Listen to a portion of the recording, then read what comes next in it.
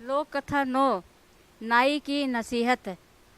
संत जुनैद का एक विचित्र शौक था। वह जिंदगी के अलग अलग अनुभव हासिल करने के लिए भेष बदलकर घुमा करते थे। एक बार वह भिखारी बनकर एक नाई की दुकान पर पहुंच गए। वह नाई उस समय एक रईस ग्राहक को दाढ़ी बना रहा था। उसने जब एक भिखारी को दुकान पर आते देखा तो तुरंत उस रईस की दाढ़ी बनाना छोड़ जुवैद की दाढ़ी बनाने का निर्णय किया। उसने जुवैद से पैसे ही नहीं लिए बल्कि उन्हें अपनी क्षमता के मुताबिक भिक्षा भी दी।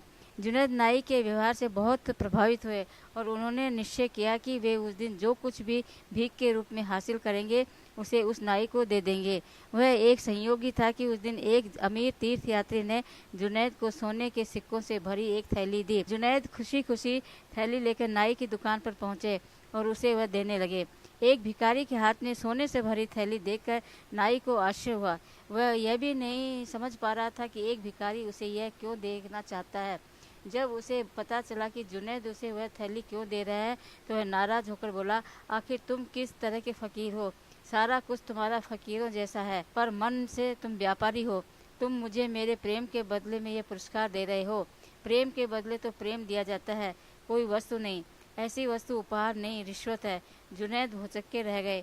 उस नाई ने उन्हें एक बड़ी नसीहत दी थी।